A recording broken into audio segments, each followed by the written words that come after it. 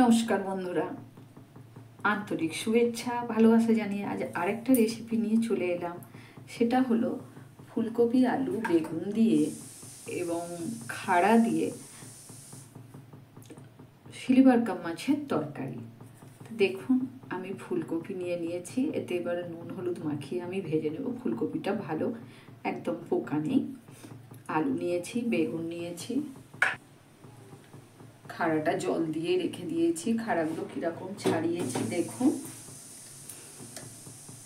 তার আঁশগুলো সব ছাড়িয়ে ফেলেছি এবং জল দিয়ে ভিজিয়ে রেখে দিয়েছি। আমি বড়ি দেব, একটা টমেটো, আমাদের বাড়ি একদমই শুকনো লঙ্কা খায় না, ঝালই খায় না, তো দুটো কাঁচা লঙ্কা দেবো, তেজপাতা, ফোড়ন দেব, মশলা দেব আদা রসুন ধনে জিরে, কাশ্মীরি লঙ্কার গুঁড়ো, হলুদ গুঁড়ো। আমি আর একটা মশলা দেব, সেটা হলো মৌরি আর চন্দনী গুঁড়ো করে রেখে দিয়েছি রোস্ট করে, সেটা আমি দেব।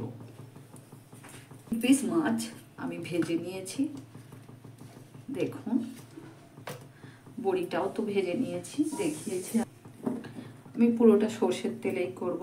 তেল গরম হয়ে গেছে, বসিয়ে দিয়েছি।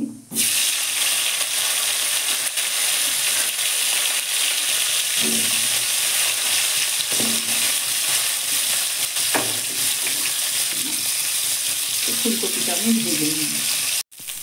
দেখুন বন্ধুরা, ফুলকপিগুলো আমি কীভাবে ভেজে নিয়েছি দেখুন। কড়াতে তেজপাতা দিলাম, ফোড়ন দিলাম, দুটো কাঁচা লঙ্কা দিলাম, আলু বেগুন মটরশুঁটি দিয়ে দিলাম।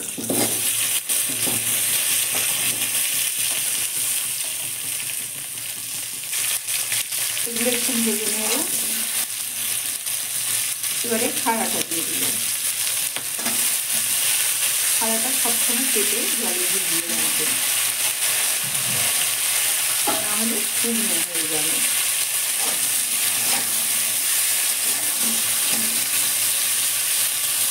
সবজিগুলো একটু ভেজে নেব।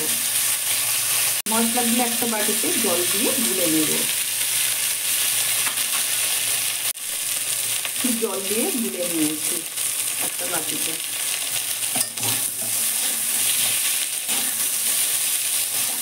সবজিগুলো ভাজা হয়ে গেছে বন্ধুরা, সবজিগুলো ভাজা হয়ে গেছে। এই যে এইরকমভাবে আমি আলু ভেজে নিয়েছি।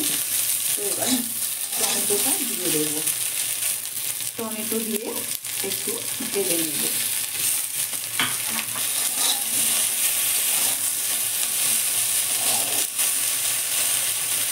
মশলাগুলো ঢেলে দিলাম। এবার একটু কষে নেব। দেখুন ফুলকপিগুলো কীরকম ভেজে নিয়েছি, দেখুন প্রতিটা ফুলকপি ভালো করে ভেজে নিয়েছি। দেখুন ফুলকপিটা আমি ঢেলে দিলাম, ভাজার গন্ধ বেরিয়ে গেছে। তো এবার আমি জল ঢেলে দিলাম।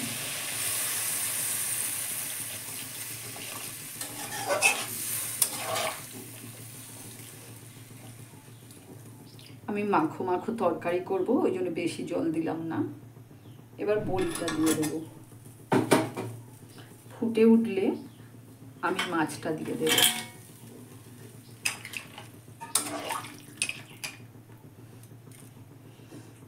লবণ দিয়ে দিলাম পরিমাণ মতো।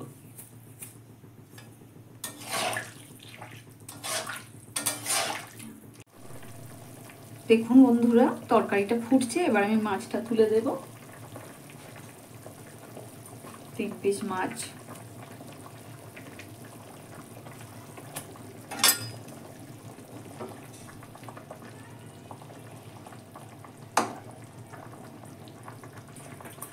তো এবার আমি থালা ঢাকা দিয়ে দিলাম। কিছুক্ষণ পরে এসে আমি খুলব।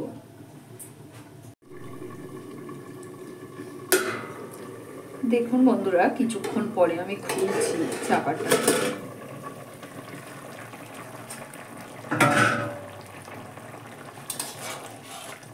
দেখি সবজিগুলো সব সিদ্ধ হয়েছে কি। আলু তো ভালোই সিদ্ধ হয়েছে।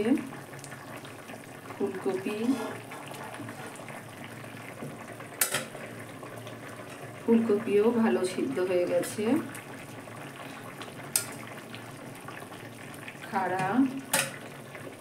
খাড়াও নরম হয়ে গেছে। তাহলে আমি আর বেশিক্ষণ ফোটাবো না, তরকারিটা মাখো মাখো হয়ে গেছে।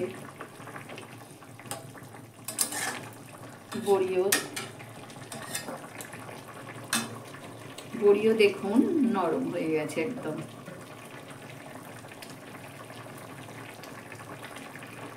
আমি মৌরি আর চন্দনী রোস্ট করে গুঁড়ো করে রেখেছিলাম, সেটা ছড়িয়ে দিলাম।